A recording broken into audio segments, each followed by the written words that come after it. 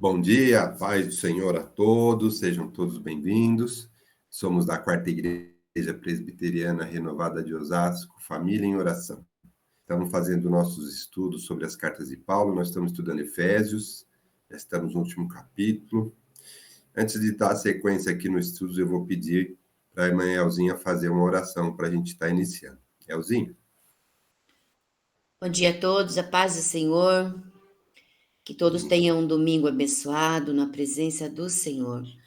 É muito bom estar aqui, Senhor. Nós vamos agora nos colocar na tua presença. Estamos, ó Pai, aprendendo, ó Pai, sobre os seus ensinamentos, ó Pai. Que o Senhor possa abrir a nossa mente, abençoar nossas vidas, que os nossos corações estejam, Senhor Deus, alegres, nossa mente, nosso coração receptível a ouvir, aprender sobre a tua palavra. Nos capacita, Senhor, no nome de Jesus, a entender, a aceitar e, Senhor Jesus, a seguir aquilo que o Senhor tem nos ensinado. Muito obrigada por esse momento, Senhor, que é muito especial. Está aqui, Senhor Deus, reunidos, aprendendo, ó Pai, sobre a tua palavra. Muito obrigada, Senhor. Abençoa nossos palestrantes, abençoa quem está aqui participando e abençoe aqueles que virão, ó Senhor Deus, ouvir a tua palavra, porque fica aqui gravado, Senhor Deus, para que mais pessoas possam ter acesso a esse conhecimento. Nós te louvamos, te agradecemos, no nome do Senhor Jesus, ó Pai, e te peço, fique conosco, ó Pai, no nome de Jesus, amém. Amém. Amém. Amém. Obrigado, Elzinha. Bom, então agora vamos estar aqui continuando aqui os estudos. Nós estamos aqui na carta de Efésios, aqui ó, da quinta carta de Efésios, aqui dentro da nossa estante, né? A gente está na fase de leitura, inclusive o último capítulo é o que a gente está já estudando.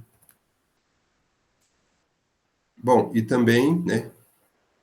Eu sempre mostro esse mapinha para a gente entender onde que estava Paulo, onde que é Éfeso, onde que é Jerusalém, né?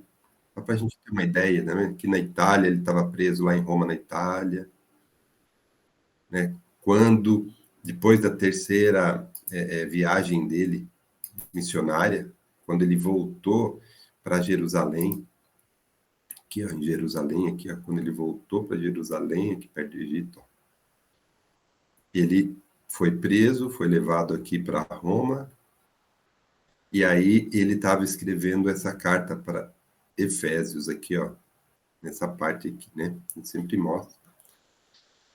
E aí, na parte da leitura, a gente entrou nos capítulos, são 6 capítulos, os 3 primeiros focam em algumas coisas, e os 3 seguintes em outro, como se fossem dois grandes blocos, né? Aqui no começo, ele fala bastante do plano de Deus, da salvação, fala de Jesus, do Espírito Santo, e fala também da vocação dele de estar levando o Evangelho, da experiência que ele teve com Jesus. Então, ele está falando para a igreja, ele está falando para os cristãos, ele estava falando para todos que já haviam acreditado em Jesus, aceitado Jesus, já tinham fé. E aí, Paulo fala para eles e dá umas dicas sobre a igreja, sobre a unidade da igreja em Cristo, sobre a gente formar a igreja na pedra, né, firmado no fundamento que é Jesus. E aí depois, a partir do quarto capítulo, ele vai falando sobre como é que é a nossa vida, né, daqui para frente.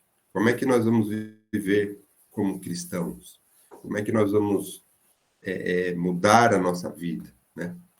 Então, Paulo já começou no capítulo 4 falando sobre essa unidade que a gente precisa preservar, não ter mais aquela divisão entre judeus e gentios, né? Que a salvação é para todos.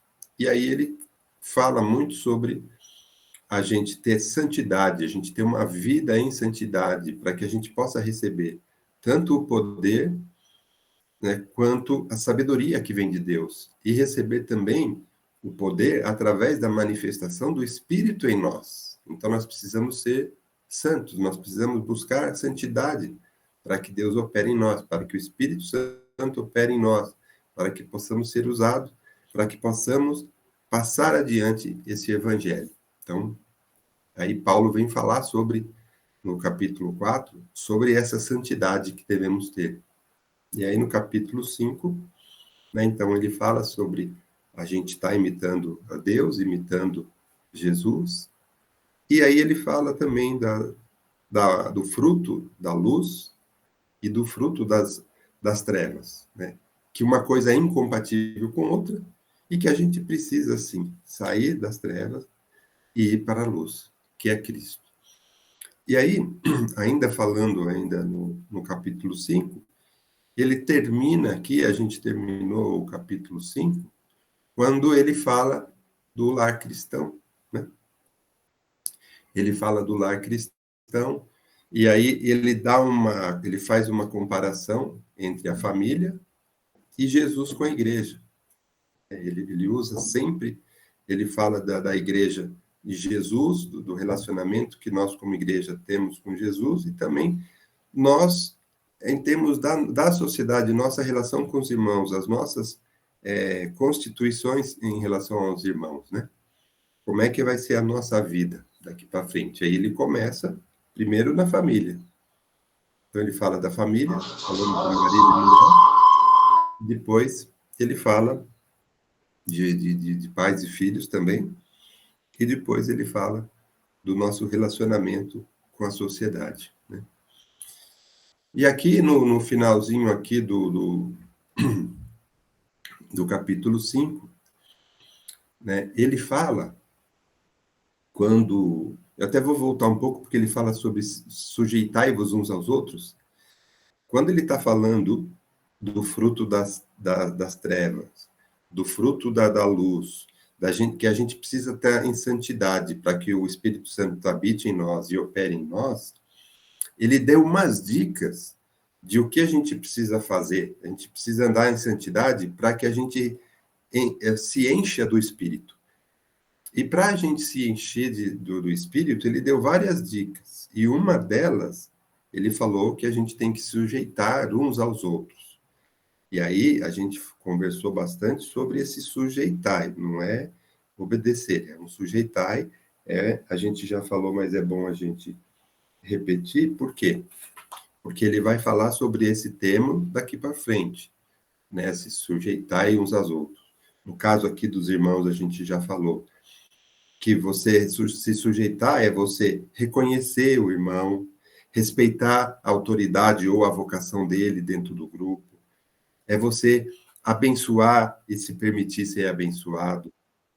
Então, e tudo isso daí que Paulo veio ensinando para a gente sobre sujeitai-vos uns aos outros, aí na sequência, quando ele começa a falar da igreja, quando ele começa a falar do lar cristão, e aí quando ele fala sobre as mulheres se sujeitarem aos maridos, a gente também já conversou sobre isso, que não é uma submissão de obediência, né? Não é um capacho, a gente já falou sobre isso, não é humilhação, não é inferior, a gente já falou que é o mesmo nível, né? E quando a gente fala sujeição, é uma disposição voluntária que a pessoa tem de servir, de apoiar, de abençoar, de concordar e de cada um cumprir o seu papel. Isso aí a gente já falou, mas a gente vai falar de novo, porque agora vem a parte dos filhos também. Então, tudo isso a gente deixou bem claro para ter uma diferença entre sujeitai-vos uns ao outro e outra coisa é obediência sobre alguém que tem uma autoridade em cima de outra pessoa, que vai já começar, por exemplo, com os filhos, que já é diferente, tá bom? Por isso que eu estou enfatizando antes da gente começar aqui. Bom, e aí, quando a gente falou de marido e mulher, Ficaram as reflexões na vez passada, que eu queria também enfatizar para todos aqui.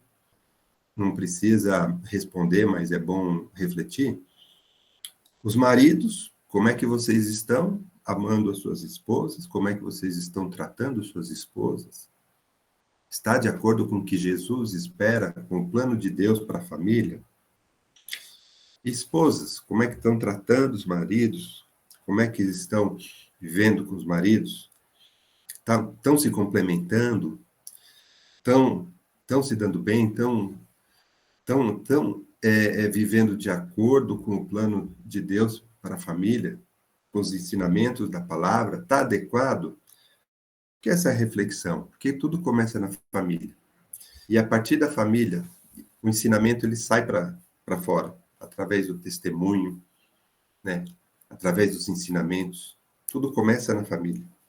Então, essa é uma reflexão que a gente sempre tem que ter, né? Tá, como é que eu estou em casa? Como é que eu estou com meu marido? Como é que eu estou com minha esposa? Eu estou sendo um exemplo de como Jesus nos ensina a ter um lar cristão? Como é que está o nosso romantismo dentro de casa, marido e mulher? Como é que a gente começou o relacionamento lá no começo? Estava bom e depois foi decaindo? Como é que está essa vivência? Como é que está esse compromisso que você assumiu lá atrás? Esse compromisso com Deus sobre manter uma família, construir uma família, cuidar bem do cônjuge, tanto um quanto o outro, ele está sendo mantido? Então, tudo isso é reflexão. E aí a gente entra no último capítulo, que é o capítulo 6, e aí a gente começa, então, a falar sobre pais e filhos. E aqui no versículo 1 eu chamo a atenção, porque ele já é uma palavra aqui, ó, filhos, obedecei a vossos pais, pois isto é justo. Aqui a gente já estava falando mais de obediência, né? Então, essa palavra, com relação a filhos e pais, já é um pouco diferente da sujeição, né? Quando ele fala sujeitai-vos, irmãos, uns ao outro, já não é, já é diferente. São todos no mesmo nível e um tem que respeitar o outro e fazer cada um a sua parte de acordo com o papel de cada um, de acordo com o dom de cada um. Tudo tem que ser respeitado, tem que ser feito como um corpo, né? Cada um com uma função, e todos são de igual importância. Então, quando a gente fala, né, da igreja se sujeita a Cristo e das pessoas se sujeitarem aos irmãos, Paulo já deixou muito claro para a gente que cada um tem um dom, cada um é diferente, mas todos se complementam no projeto. Então, tanto Jesus com a igreja, quanto os irmãos, respeitando uns aos outros, entendendo uns aos outros, né, conhecendo uns aos outros, para que cada um exerça o seu papel ali, para que o todo, para que a unidade funcione, está muito claro. E agora, quando a gente entrou aqui, no obedecer, já é um pouquinho mais diferente, né? E aqui, essa relação de obediência, né, que fala aqui no versículo 1, pois é justo, porque para a constituição da família, os pais têm que educar os filhos, tem uma responsabilidade muito grande, e até que o filho seja, entenda bem, seja maduro o suficiente, é a responsabilidade dos pais. Então, é importante também que os filhos obedeçam os pais para que tudo vá bem. E aí, conforme até o pastor Vani mencionou no domingo passado, no versículo 2, ele já vem falando de honrar. Honrar o pai e a mãe. Então, aqui ele já falou assim, ó, honra teu pai e a mãe, que é o primeiro mandamento com promessa. Primeiro mandamento com promessa, honra teu pai e a mãe. E o honrar aqui é, mesmo que você discorde, mesmo que você ache que não está correto, você não pode ser rebelde. Você tem que honrar pai e mãe. Senão não funciona o plano, né? Então, isso também foi falado, né? Para que tudo vá bem, precisa ter dessa forma. Então, a gente falou isso, a gente terminou nesse bloquinho, né, no final do domingo passado. E aí também fala de pais com relação aos filhos. Porque Quando a gente fala do exercício de autoridade, hoje a gente vai falar bastante sobre exercício de autoridade. Quando a gente fala de exercício de autoridade, tem um poder embutido aí que às vezes a pessoa pode usar de forma errada, né? Aí eu não estou nem só falando de pais, estou falando de qualquer um que tem um poder ou uma autoridade em cima de outro irmão e pode exercer isso de forma errada. Aí o projeto não funciona. Aí não é só na família, em qualquer lugar, né? Então nós vamos falar sobre isso, sobre autoridade. Bom, e aqui também, então, Paulo já aproveita no versículo 4 e já fala: então você também não pode provocar o seu filho à ira. Você não pode ficar fazendo as coisas erradas na força ou provocando. Porque a gente sabe que o sentimento é uma coisa que atrapalha o negativo, né? Atrapalha relacionamento, atrapalha entendimento, gera bloqueio e às vezes as pessoas nem, pelo meio errado, nem vai absorver aquele entendimento. E aí, então, Paulo complementa aqui, mas criai-vos na disciplina e na demonstração do Senhor. Aqui, nesse bloquinho, a gente fecha, então, a relação de pais com filhos, e eu queria chamar a atenção aqui sobre essa palavra, disciplina e admoestação. Nós vamos ler o próximo bloco, estudar hoje, que é o foco também da nossa conversa, o segundo bloco, que vai do versículo 5 até o versículo 9, vamos falar sobre autoridade, vamos falar sobre servos e senhores, né? Mas antes eu quero terminar esse versículo 4 aqui, quando o Paulo escreve para pais, não provoqueis vossos filhos a ira, e criai-vos na disciplina e na admoestação do Senhor.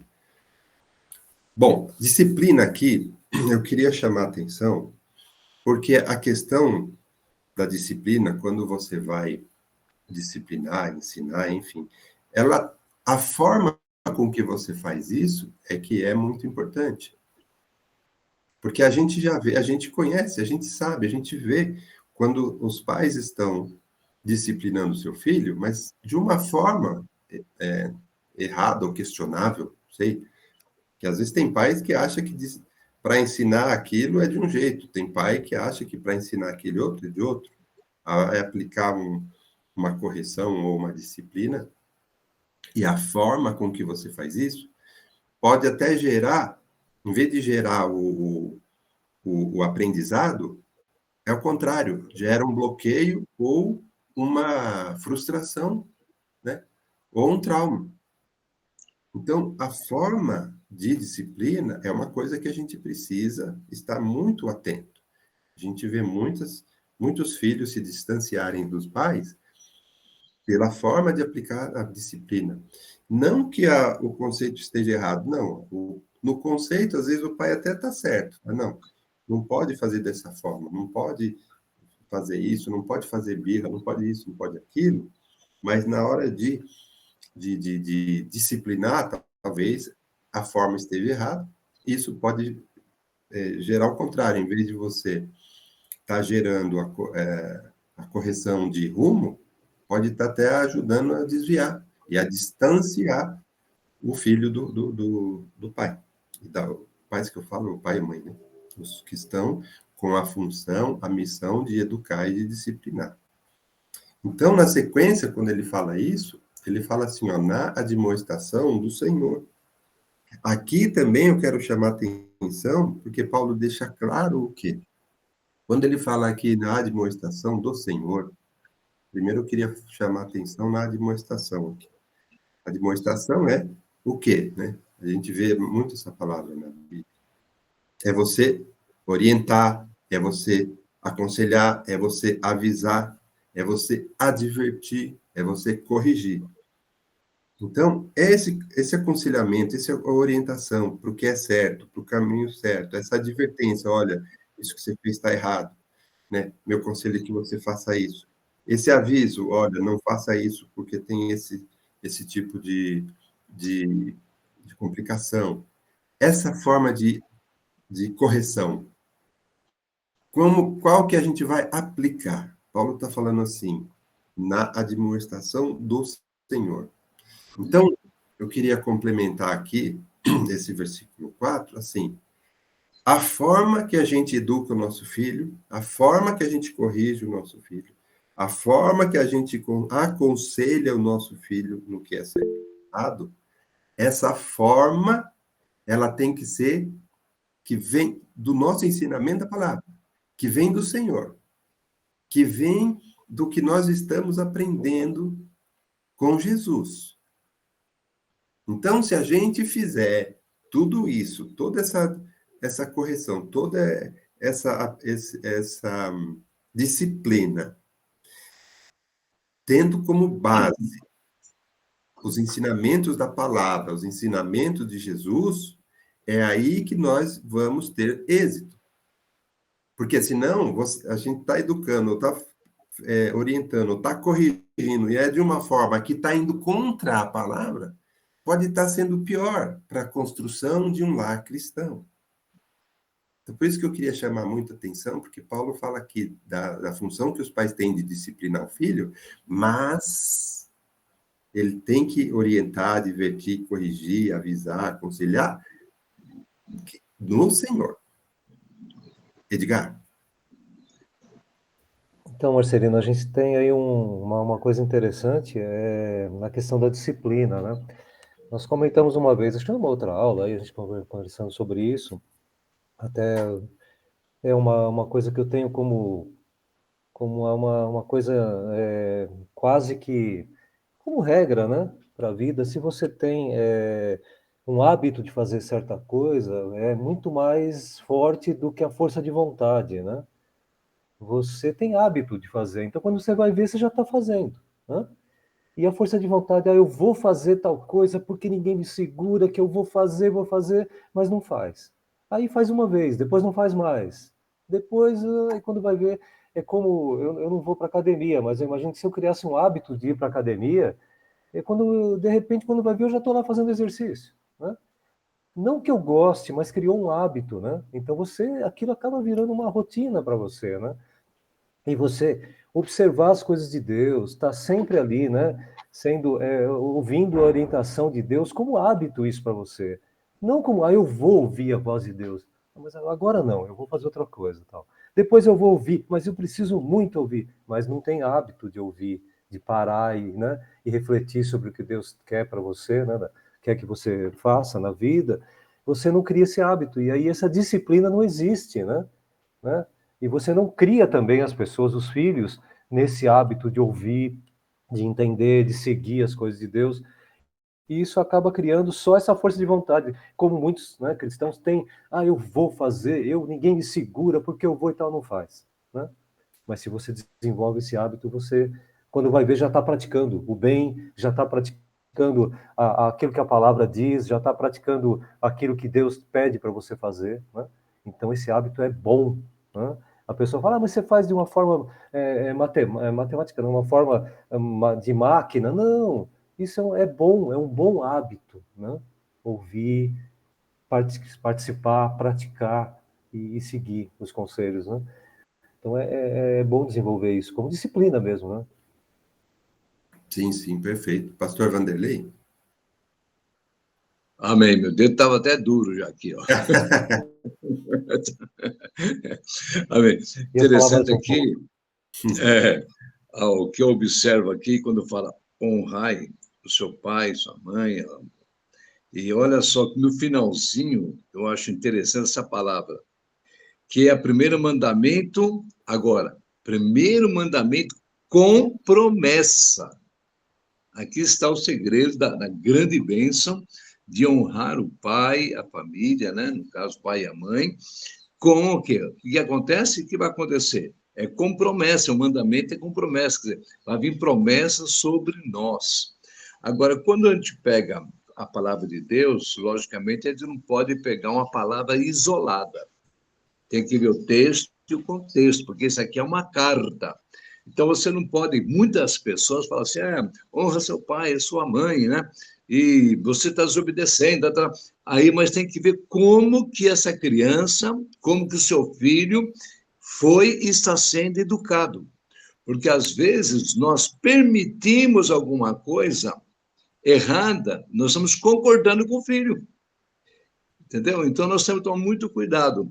E essa palavra aqui é muito poderosa, com promessa. Então, aquele que honra seu pai, aquele que honra sua mãe, vai o quê? Receber promessas de Deus. Mas também você vai ver aqui, ó, e não vos... Olha só, o 4 que estão lendo. E vós, pais, não provoqueis a ira. Aí eu fiquei, como que provocar ira? É fazer coisas fora da palavra de Deus. E também, às vezes, você não corrige seu filho como deve ser corrigido. E um dia, nós vamos pagar um preço caro. Eu lembro de uma pessoa que corrigiu o filho, mas até severamente. E hoje, os filhos agradecem pelaquela posição que a sua mãe tomou da correção, né? Às vezes dói a correção. Toda correção machuca, toda, né? Machuca, dói, mas é importante a correção. E nunca ficar... O silêncio significa concordar com aquilo que o filho está fazendo. Então, são duas palavras aqui muito importantes, ó, que a Bíblia fala. Olha só, que o primeiro mandamento que Deus está dando, honrar, é com promessa que Deus tem para a sua vida. Mas depois você tem que continuar lendo, né? Aí agora chega a vez dos pais obedecer. Olha só, papai, mãe, não provoqueis a ira do seu filho. Então, essa palavra aqui é para a família. E nunca podemos esquecer não podemos pegar uma palavra e dessa palavra nós fazemos uma bandeira ao nosso favor. Amém. Amém. Diga. Amém. Como o pastor estava falando, é uma carta, né? E ela estava específica ali para uma região, então a gente sempre tem que contextualizar. O que Paulo estava vendo naquela situação, né? Naquela cidade cosmopolita, gigante, cheia de problemas, né? Imagino que era ter uma família naquele lugar, né? Como a gente criar filhos e ter uma família em São Paulo? Não é fácil ter uma família em São Paulo. Talvez você criar ter uma família no interior de São Paulo, uma cidadezinha sossegada, simples, tranquila, onde as influências são menores, onde nada acontece na volta, onde aquela calma, então um cuidando do outro no bairro, aquela coisa. Mas São Paulo não é assim, né? E a vida é complicada. Então Paulo estava observando o que acontecia em Éfeso, né? Era um lugar super conturbado, super confuso, onde era uma região portuária, onde vinha gente de todo lado, a gente já falou isso várias vezes, né? Então, Paulo estava sendo específico para aquela região, que também serve para hoje, em São Paulo, Rio de Janeiro, Nova York, Singapura, as cidades que têm gente de todo lado, e são cidades mais difíceis, né? Então, vivemos num lugar difícil aqui, né? Osasco, São Paulo, Grande São Paulo, né? Então, dá para aplicar muito bem isso, né? Como é colocar um filho, né? Ter um filho na igreja e ao mesmo tempo no mundo secular, né? Onde ele tem influências terríveis, né? Então não é fácil administrar tudo isso. Né? Verdade. Bom, então vamos agora... Só uma coisinha mais, especialmente nos dias que nós estamos vivendo, né? Não é fácil, né? Porque você observa, a gente fica observando e se não tomar cuidado, acontece até com a gente, apesar que eu não tenho mais filhos pequenos, né? São tudo grande, né? Mas observe isso aí. E às vezes o mundo está tão assim sobre nós, que aquilo que nós não aceitávamos, aquilo que você sabe que é errado, e você, como eu falei, mas é que estamos vivendo, é o mundo, né? É o mundo que está nos atraindo, e nós justificamos os nossos erros de não corrigir os nossos filhos como devemos corrigir. E colocamos sempre, é o mundo, é realmente, né? Mas há um tempo atrás, há 20 anos atrás, era diferente do que é hoje, né? É diferente. Não, a Bíblia não muda, ela é a mesma. A correção tem que ser feita, né? Então, não é porque o mundo pode mudar, mas nós e a Bíblia não muda.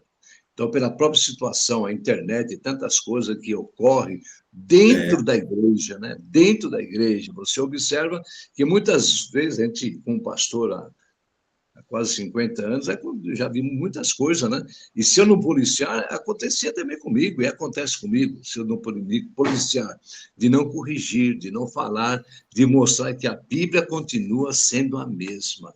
O mundo pode mudar tudo, pode vir todo tipo de pecado, mas o pecado não pode estar sobre nós concordarmos com esse erro que às vezes nos leva a pecar. Amém. Amém. Bom, agora esse último bloco, último não, né? Penúltimo bloco do último capítulo, que ele fala de servos e senhores, né? Do versículo 5 até o 9.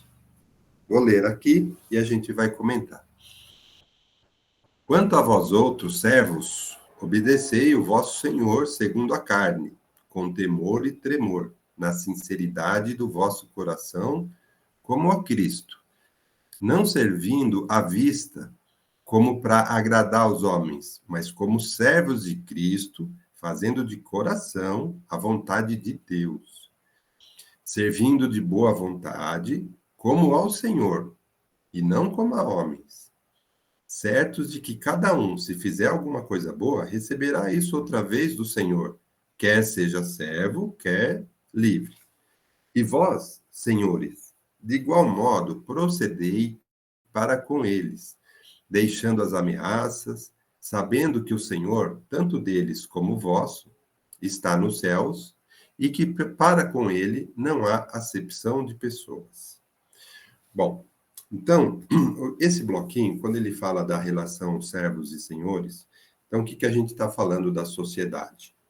Começou na família, né? E depois ele vai expandindo para a sociedade. Então, começando na família, ele já falou do marido e mulher, pais e filhos, e agora ele já está falando assim dentro de casa ou naquele convívio entre servos e senhores. Naquela época, apesar que hoje em dia também é da mesma forma, vou dar exemplo, o que acontece? Você tinha lá os donos das terras, o dono da plantação, o dono do rebanho, e conviviam com servos também, que não eram os donos, mas viviam ali, trabalhavam e tinha lá os cuidados e o sustento dos seus servos. Eu até faço uma comparação hoje em dia, por exemplo, quando a gente tem as pessoas que têm bens, ou têm algumas coisas, ou têm um negócio onde você tem funcionários, né? Você tem ali empregados, né? A relação aqui é a mesma, a palavra serve para os dois. Eu fico pensando, quando eu tinha lá, um exemplo, meu sítio, eu tinha gado, tirava leite, eu tinha lá frango, criação, e eu tinha lá os empregados, né? Eles moravam lá na minha propriedade, eles tinham uma casa, né? Eu dava lá o sustento, o salário, enfim. A gente tinha lá um tipo de vida lá onde você tem uma relação de... Aqui a gente já vai começar a falar sobre isso, uma relação de autoridade, né? O proprietário e os empregados, né? Os empregadores e os empregados. E aqui a gente também tinha nas famílias o quê? Os servos, que também trabalhavam ali para ganhar o seu sustento, para viver ali, enfim. Bom, e já no primeiro versículo aqui, que é o 5, né?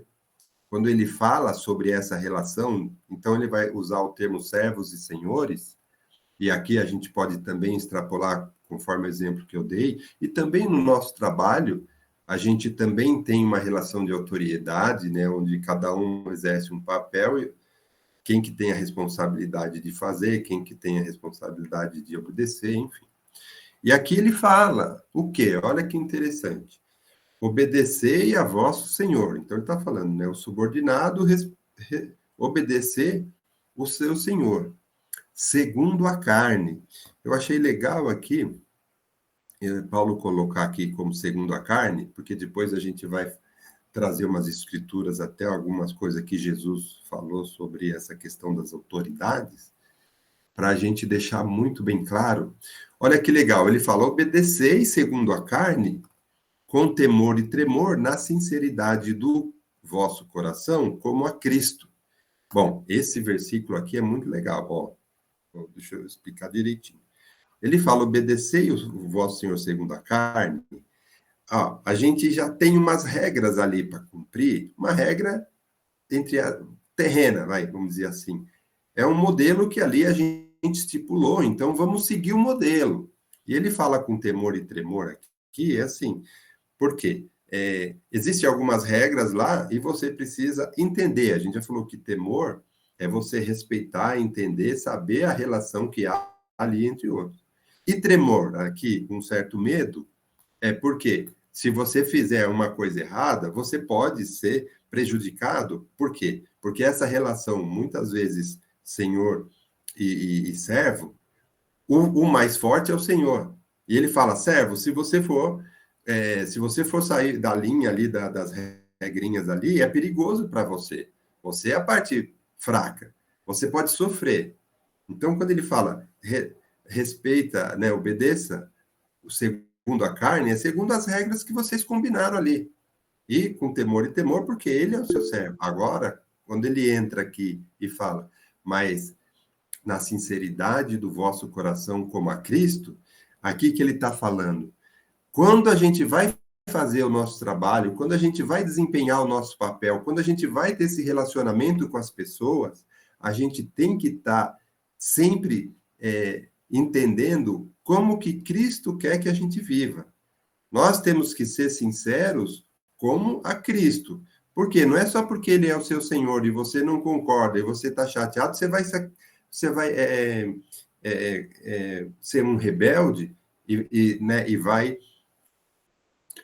vai complicar, ou vai fazer errado, ou vai fazer coisa escondida por não concordar, né? Então, Paulo já está ensinando essa primeira coisa, faça a sua parte do jeito certo. Porque às vezes a gente vê muito senhor fazendo coisa errada para o servo, e aí ele vai, fica com raiva, ou não concorda, fica chateado, e vai e faz uma retaliação, né? Às vezes faz umas coisas erradas sem que o senhor saiba, né? Enfim, esse tipo de procedimento está errado. Paulo está ensinando aqui que a gente tem que fazer a nossa parte com sinceridade, como se a gente estivesse fazendo a Cristo. Então, esse primeiro versículo já fala sobre isso. Edgar? Sim, interessante. Aí dá para a gente aplicar nos dias de hoje, né? Ou naquela época normal, que ele estava observando. Quando você estiver trabalhando lá na empresa onde você trabalha, ou estudando, ou fazendo alguma coisa, faça como, não faça direitinho, organizado, com cuidado, só quando o seu chefe, estiver olhando. Porque muita gente fala, o chefe não está olhando, vou ficar aqui na internet vendo uma bobagem, ou vou ficar enrolando, porque ele não está olhando. Quando ele estiver por aqui, aí eu trabalho. Né? E o contrário também, né? Senhor, o senhor, dono daquela empresa, ou dono daquele latifundiário, O aquela área chefe. toda, o chefe, observe que vocês são do mesmo Senhor, né? Tanto seu funcionário quanto vocês pertencem ao mesmo Deus. Então, ele está falando para os donos de empresa que estavam lá, os empresários que estavam frequentando aquela igreja, e os servos daqueles empresários que também estavam no mesmo ambiente. Então, olha, você aí que é chefe, observe que você também tem o mesmo Senhor que o seu funcionário. Então, cuide dele também, assim como ele vai cuidar de você. Ele vai obedecer você, mas ele vai cuidar da empresa como se fosse dele e como se estivesse fazendo o trabalho para Deus. E você também vai cuidar do seu funcionário como se estivesse cuidando mesmo de um filho, alguém por perto, e porque você está cuidando de um irmão, está cuidando de alguém que também é de Deus, que é seu irmão ali também, né? Então, fazer como se estivesse fazendo para Deus tudo que você faz na vida, né? Mesmo que às vezes você não tenha recompensas visíveis, né? Porque às vezes a pessoa fala, mas se eu fizer, ele não vai me dar aumento nenhum. Faça. Se ele não te der aumento, você fez o melhor possível, né? Porque senão você vai falar, eu não ganhei porque também não fiz, né? Então não adianta nada, né? Não tem peso e medida correta, né? Então observar isso, né? Ele estava vendo, acho que isso que estava acontecendo, né? Os senhores explorando os servos, né? E os servos também roubando os senhores, né? Por não fazer o trabalho adequado, porque ele não está olhando, né? Então é interessante. Trapaceando, às vezes, porque não concorda com algumas coisas, né? Isso o ensinamento de Paulo aqui é claro, a gente tem que fazer a nossa parte e fazer bem feito, como se fosse um pedido de Jesus. Faça a sua Sim, parte direitinho. Senão fica os é o dois filho. errados, né? Fica É o, um é o errado, filho, sim, né? sim. Não dá. É o filho que faz as coisas em casa quando o pai e a mãe estão olhando, mas quando não está olhando faz coisas erradas, né? Porque, pá, meu pai não está aqui, nem minha mãe, então eu vou fazer coisas erradas. né? Mas não, faça aquilo que você estiver fazendo na sua casa, quando o pai e mãe não estiver, como se estivesse fazendo para Deus. E se é uma coisa errada, você está fazendo para Deus uma coisa errada? Estranho isso, né? Então observa como está se comportando, mesmo quando ninguém está vendo, né? Então é legal. Eu dou um exemplo, Edgar, de quando eu era adolescente e eu saí com os amigos, né? E lá no bar lá, né? E eu não tava bebendo, né? Então, o pessoal tava tomando cerveja e eu não, e o pessoal veio me questionar: você não vai tomar cerveja? Eu falei: não. Por quê? Porque meu pai pediu para eu não tomar. Mas seu pai não está aqui.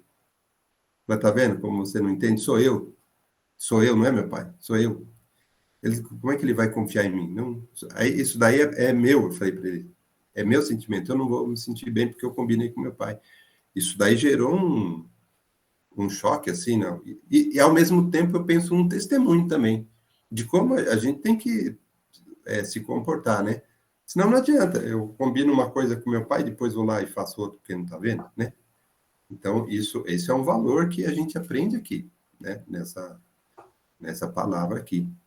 O combinado é combinado, né? Vamos respeitar, tá combinado, né? Então, né, nós não tem exceções, né? Você não está perdendo se não fizer, né? A gente acha que não está perdendo, né? Não. E o testemunho que eu estou dando, lá, aí eles já sabem que eu não sou uma pessoa confiável. Sim. Né? Olha só, aí já é comigo o negócio, já não é mais com meu pai, já é comigo. Sim. Né? Já é um testemunho de como eu sou, né? E nós estamos sempre sendo observados, parece que não é só questão que Deus está vendo tudo, mas as pessoas estão observando. Aquela coisa de, olha, tem alguma coisa no meio do caminho que alguém pode cair, você passa direto e não pega, sabe?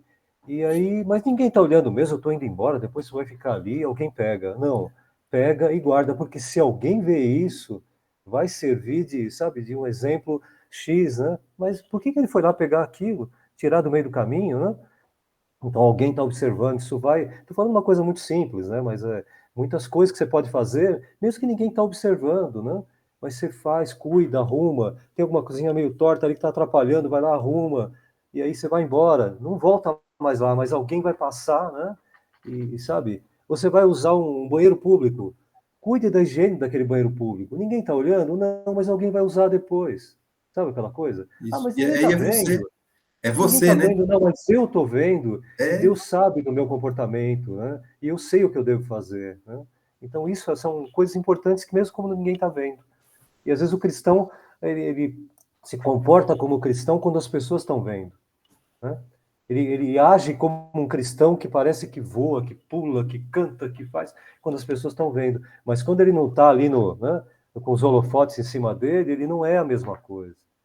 Então, não, se comporte como se fosse não, que é sempre para Deus, né, a sua vida, né? Isso vai valer a pena, né? Exatamente. E aí, muito, muito bem colocado. Então, Paulo deixa claro aqui que a gente precisa servir de coração, fazer a vontade de Deus e a gente fazer a nossa parte. Não ficar isso, como ele fala aqui, só para agradar os homens, né? Só para inglês ver. Não. Só para inglês ver. Só para inglês ver isso. Esse termo eu gosto muito de usar. Só para inglês ver não é o correto. Então ele fala assim: a gente tem que ser servos, é como servos de Cristo. Como servos de Cristo, ele fala aqui no versículo 6.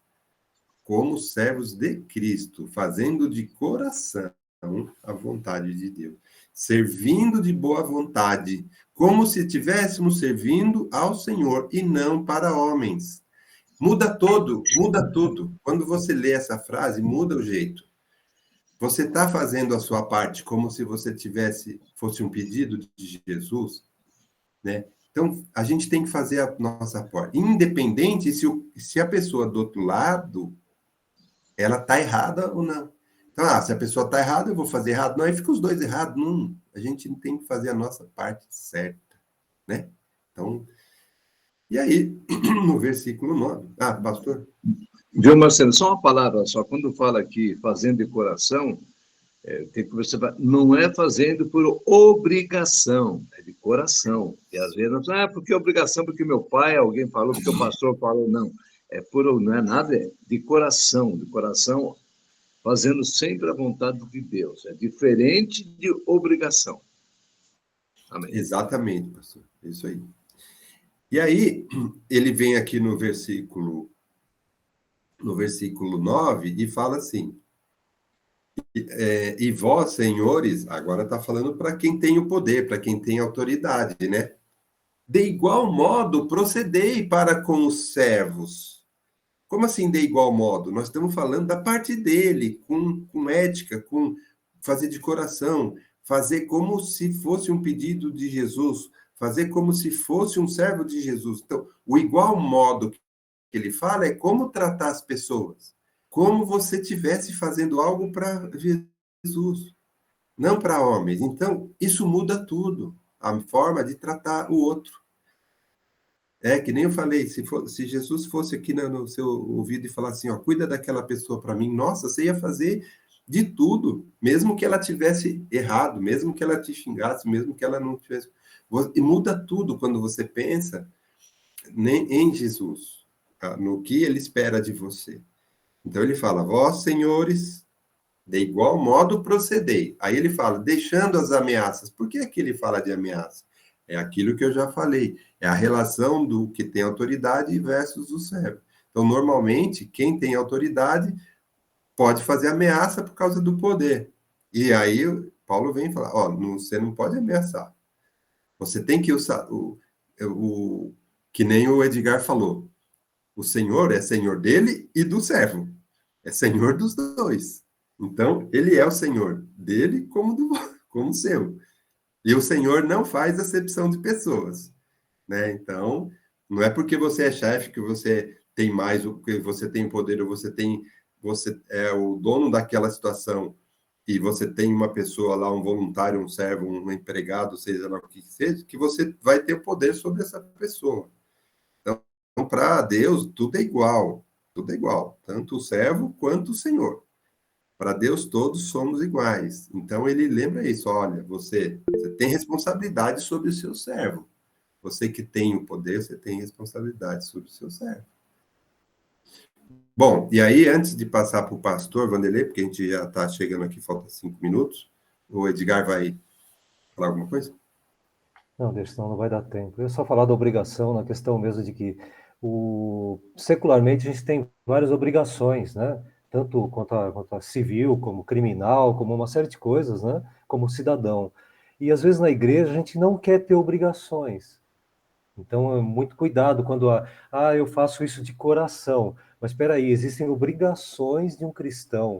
A maneira de agir de uma forma em que você você está cumprindo com uma lei, né? Existe, não lei no sentido, mas existem regras de comportamento de um cristão que eu não vou fazer porque eu não estou sentindo no coração. Não, você tem que fazer isso. Senão você não está agradando a Deus, você não está... Então não é questão da palavra obrigação rígida ali, mas existem coisas que você precisa fazer sim.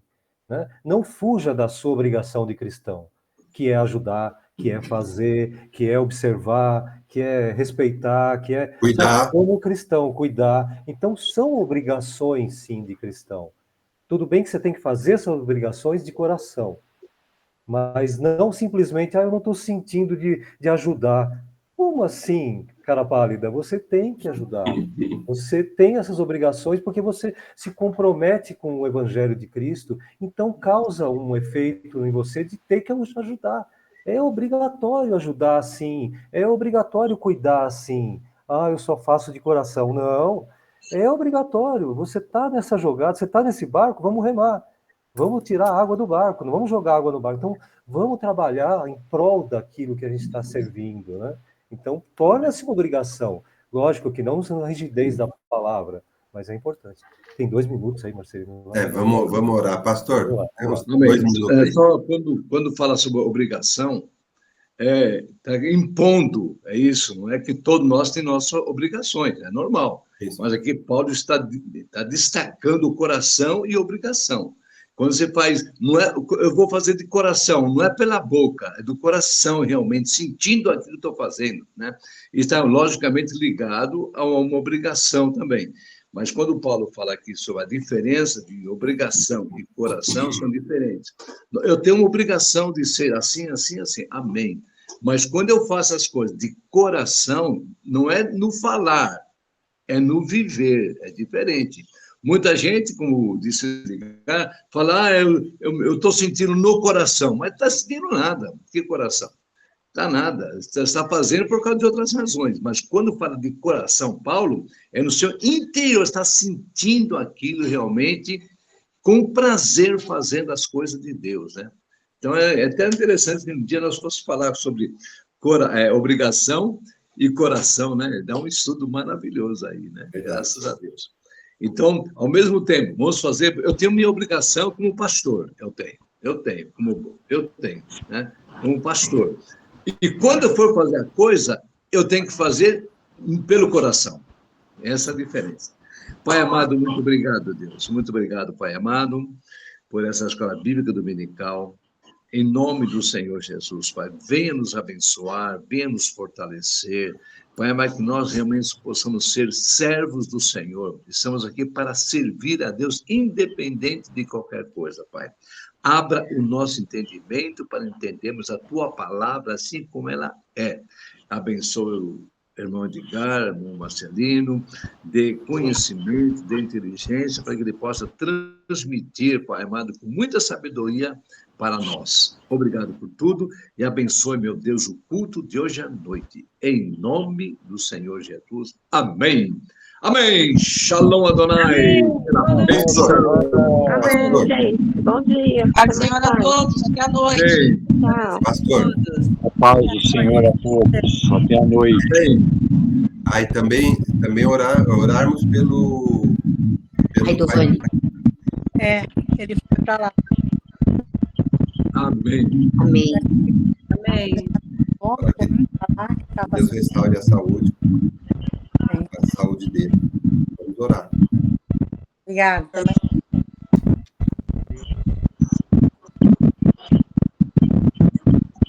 Amém. Até a noite. Amém.